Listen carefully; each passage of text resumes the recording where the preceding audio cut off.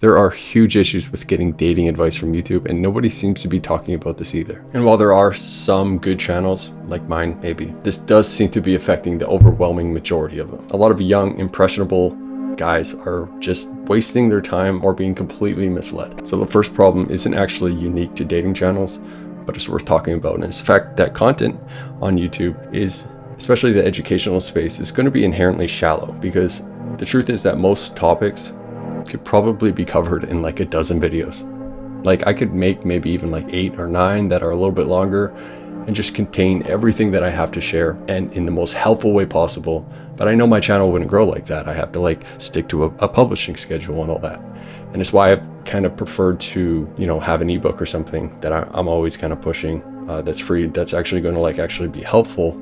And that's why I'm sticking to different topics and things like that to branch out, because it's just not going to be that helpful if I spread my advice out every single week.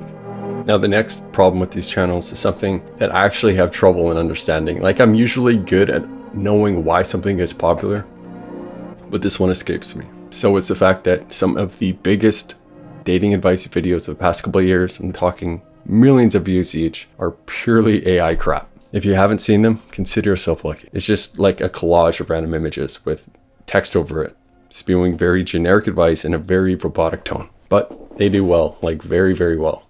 Though, there's a reason why these people don't show their face on camera. But this leads me into the next reason.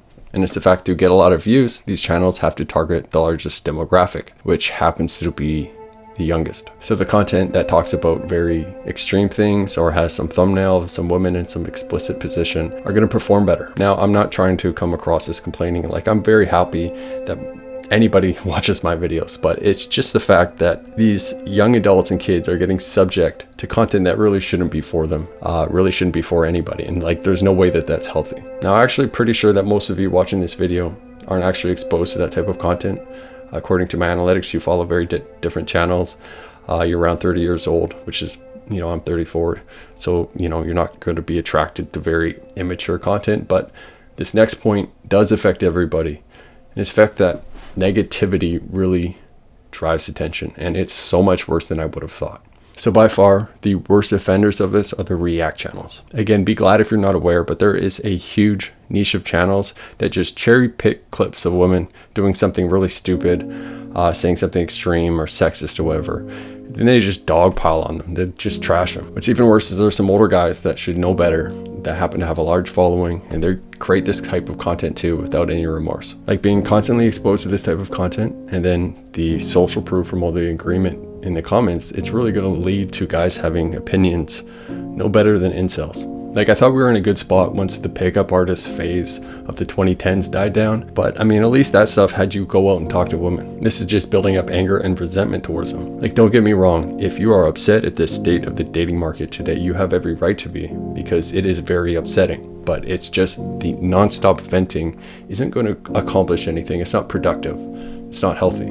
But what are the things that are worth complaining about or just bringing attention to? Well, male mental health doesn't really get talked about enough. We never really grew up in an environment that encouraged that.